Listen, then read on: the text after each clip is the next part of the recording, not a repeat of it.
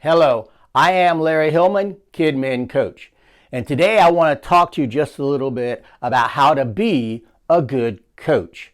Now, if I ask you to think about a coach, I'm sure that you would think about a person who at some point coached you or someone you know.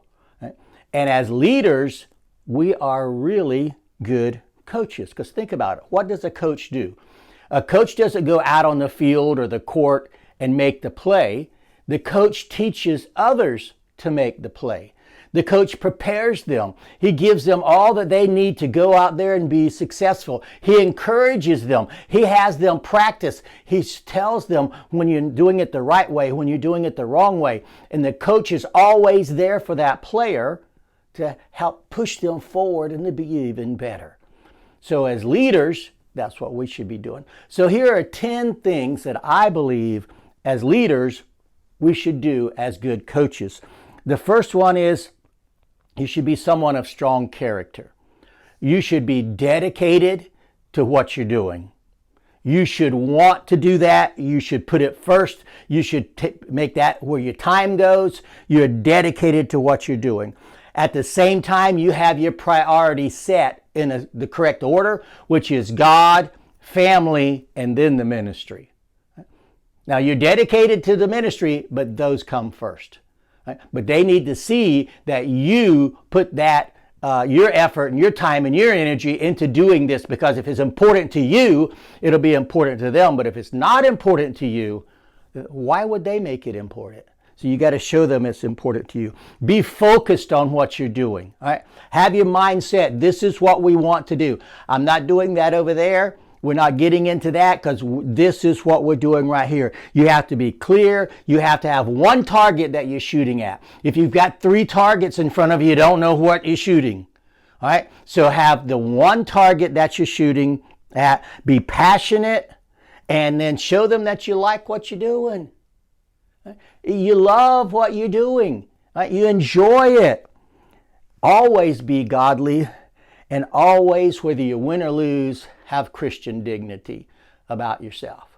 Right? So have that strong character. Secondly, be knowledgeable. Know what you're talking about. Don't try to fake it. Don't try to say, well, this is what happens and this is what you... Know it. And you better know what you're trying to teach others, or they're going to pick up on it very quickly. So be a lifelong learner of that subject. Be always watching others or listening to others or reading books or trying to learn more about that. And then also, at being knowledgeable, be humble. You don't always have to show them how much you know or that you're always right. Okay? And then be an excellent communicator. Be a student of communication. Read books, listen to blogs, watch videos on how to communicate. Learn the art of telling stories and keeping their attention with the tone of your voice and inflection and getting louder, getting softer, being animated. Right? Learn those things when you talk to people as far as communicating. Learn the body language that the speaker uses and the body language of those you're listening to. The speaker can't stand up there and talk. Well, today, this was really an exciting thing that happened, but last week when I was on the way home, that's not exciting. Right? Your body language, if you're disinterested in what you're doing, they're not going to pay attention to you. But then also, be aware of their body language. Read the crowd. If you see you're starting to lose them, change the subject. Speak differently. Move to a different place in the room. All right? Get louder. Get softer. Read the crowd. And then have what we call with-itness. And that means when something isn't working, you see that, you pick up on it, and you change it. One night I was speaking on Wednesday night to the church, and I was talking, I don't remember, on some subject. I'm sure it was in the Bible. And that's a joke. Of course it was in the Bible. But all of a sudden I just stopped and I said, are you guys as bored as I am? Because I was looking out there and they had worked. It's Wednesday, it's midweek. They had worked. They had hurried to church. They were sitting there now in the air conditioning room. They were starting to relax and get tired and kind of So I had to do something to stir them up. So a good communicator will recognize that. And then a good communicator is also a great listener. Right? And not just someone who hears, but someone who listens, who then takes what they've listened or what they've heard and makes changes and uses that to help everyone to be better. And then a good coach is a visionary.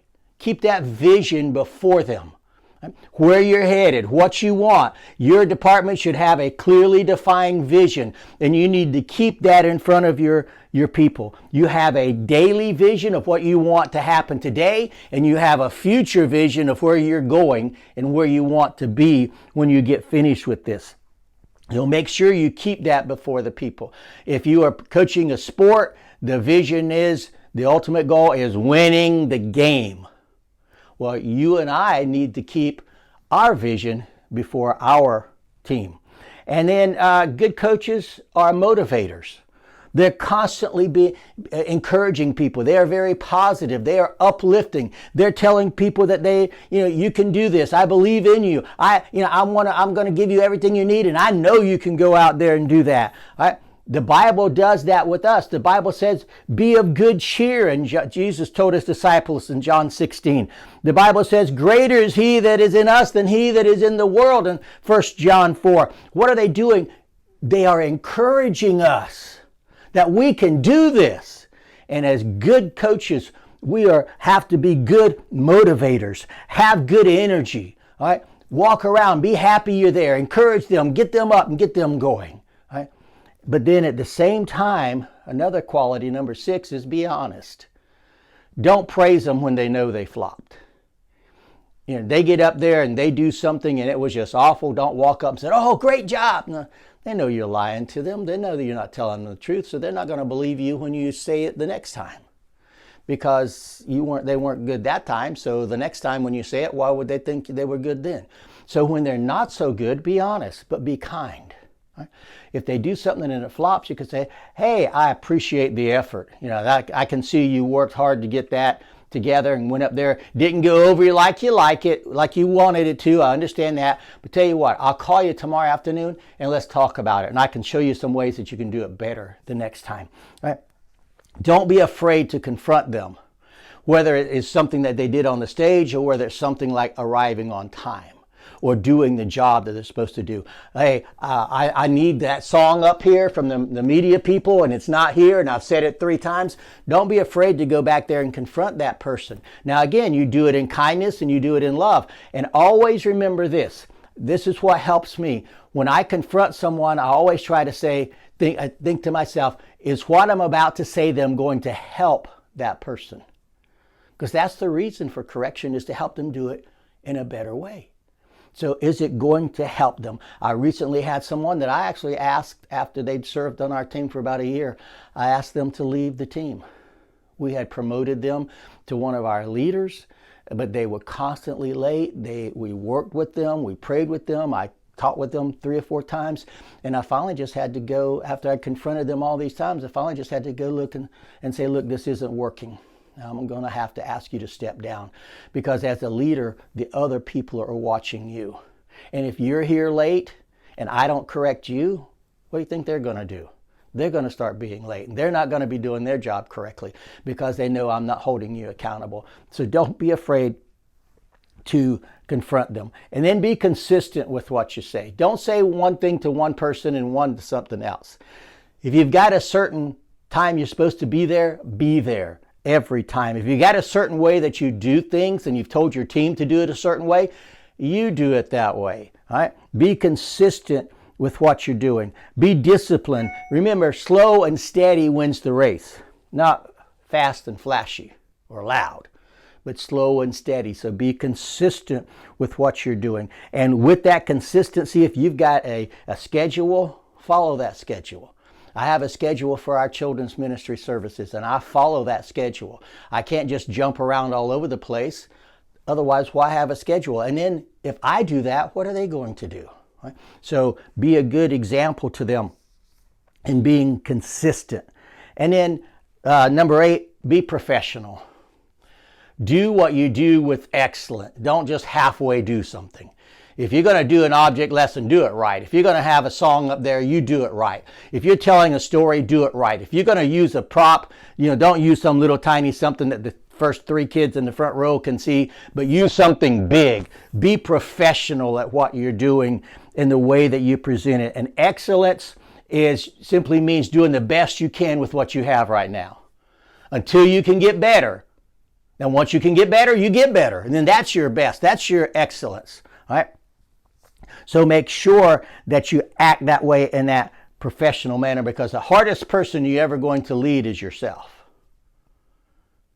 You are going to have to make yourself be the type of person that they want to follow. Jesus walked up to the disciples and said, "Follow me." Well, our team is following us, so we have to be someone worthy of them following. In our life, in our Christian life, in our family life, in our professional life, in every manner, we have to be someone worthy of them following. So be professional about what you're doing. And then have some courage. A good coach is not afraid to fail. They're not afraid to try something that was a little different. They're not so afraid of failure that I'm just going to keep doing the same thing over and over and over.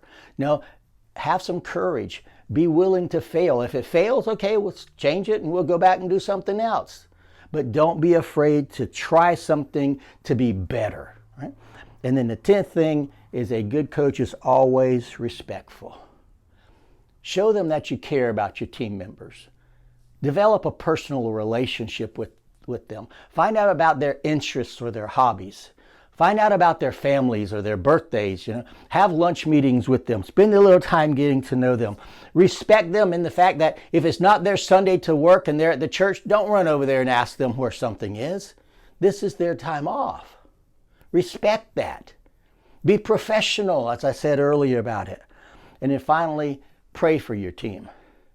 We're all facing things in this day and age coming at us in spiritual manner that is trying to get us to fall and turn our backs on the Lord and not be as the Christians that we know we should be.